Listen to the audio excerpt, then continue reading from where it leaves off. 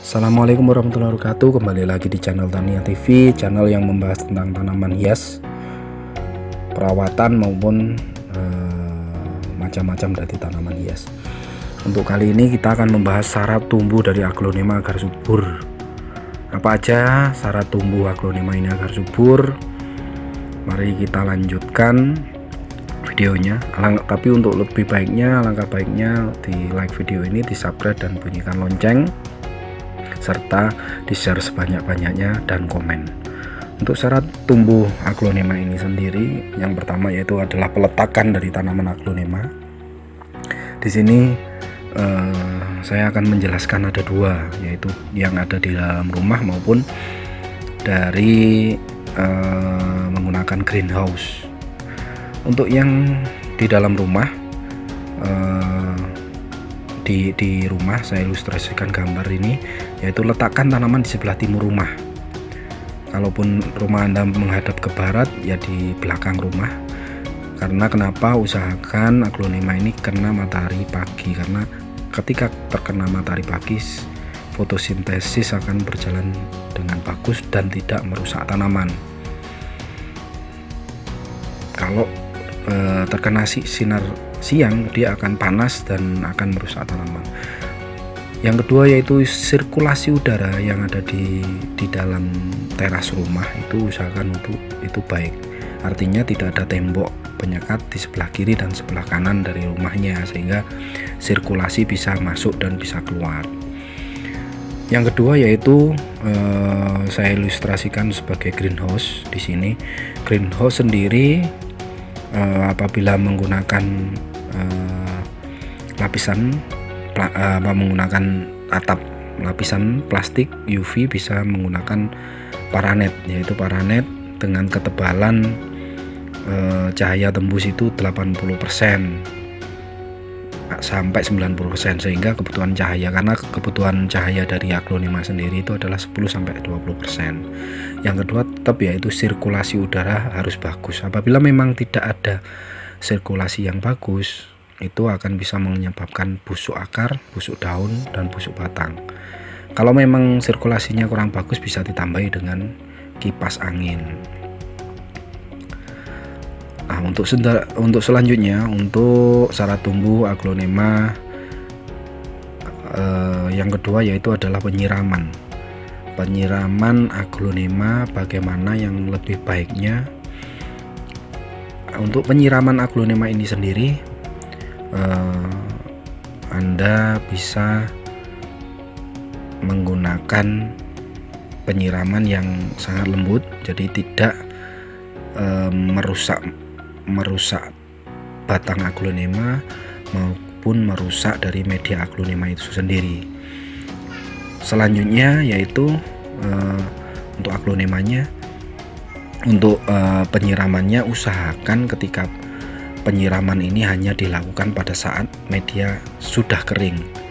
Artinya apa?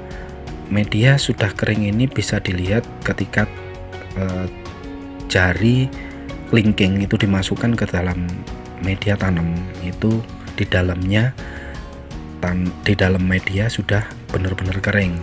Kalau Anda hanya melihat dari luarnya aja, dari atasnya aja, tidak bisa dipastikan bahwa media itu kering. Untuk memastikannya adalah memasukkan jari kelingking ke dalam media tanam tersebut. Yang ketiga yaitu adalah media tanam. Apa media tanam yang bagus? Media tanam yang bagus sudah saya bahas sebelumnya, yaitu media tanam bisa menggunakan kompos, bisa menggunakan kompos dicampur sama sekam, dicampur sama kerikil malang, bisa ditambahkan styrofoam, bisa menggunakan sekam bakar, bisa menggunakan banyak sekali. Jadi sudah saya bahas di video-video sebelumnya, yang artinya media tanam ini harus menggunakan media tanam yang bersifat poros. Apa poros? Poros yaitu adalah media tanam yang ketika air disiramkan itu tidak ada endapan di dalam media tanam, atau air tidak mengendap di atas dari media tanam, sehingga kelembapan dalam tanaman, kelembapan di dalam media tanam tersebut itu bisa terjaga dengan baik. Untuk selanjutnya, ya ini dalam video ini bisa dilihat bahwa ini penggantian dari media tanam. Yang selanjutnya yaitu pemberian pupuk. Jadi untuk memberi pupuk, walaupun di dalam media tanam tersebut sudah menggunakan kompos, itu alangkah lebih baiknya tetap kita menggunakan pupuk. Untuk pupuk sendiri, saya menganjurkan menggunakan pupuk itu bisa dilakukan seminggu sekali, atau kalau Anda menggunakan pupuk yang slow release, itu menunggu sampai benar-benar pupuk itu hilang, pupuk itu sudah habis. Biasanya kalau slow release itu biasanya sekitar 6 bulan. Biasanya kalau pupuk slow release itu bisa menggunakan Dekastar. Nah, untuk pupuk sendiri itu gunakan pupuk NPK yang seimbang. Biasanya kalau di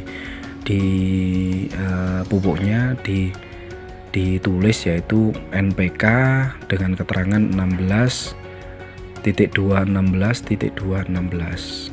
Nah, itu adalah pupuk seimbang, artinya pupuk pertumbuhan. Karena kalau memang menggunakan pupuk yang bunga, itu nanti larinya adalah tanaman ini akan berbunga, bukan berkembang biak maupun mengeluarkan daunnya. Itu. Untuk selanjutnya yaitu syarat tumbuh dari tumbuh subur dari tanaman aglonema ini adalah penggunaan insektisida, fungisida maupun bakterisida. Untuk penggunaan insektisida, fungisida maupun bakterisida, saya biasanya menggunakan minimal itu 3 bulan sekali, atau bisa dimaksimalkan itu sebulan sekali. Fungsinya apa? Ketika nanti ada ulat, ada kelembapan yang berlebih pada tanaman, ada penyakit-penyakit lain yang menyerang aglonema ini bisa teratasi dengan cepat. Bisa biasanya itu untuk penggunaan insektisida itu fungsinya yaitu ketika nanti ada kupu-kupu ataupun misalkan serangga-serangga lain itu, atau misalkan belalang itu menyerang dari aglonema, terus terjadi adanya ulat, biasanya aglonema dalam 1 malam saja sudah habis semuanya. Begitupun di bakteri maupun di jamur, begitu. Yang keenam yaitu penggunaan vitamin. Penggunaan vitamin ini juga sudah saya bahas di video saya sebelumnya, yaitu menggunakan vitamin B1. Vitamin B1 ini sudah saya jelaskan di video sebelumnya, bisa menggunakan vitamin B1 manusia maupun bisa menggunakan vitamin B1 pada tanaman. Vitamin B1 ini sendiri sangat bagus untuk pertumbuhan dari aglonema, bisa cepat sekali beranak, bisa cepat sekali besar, dan banyak sekali yang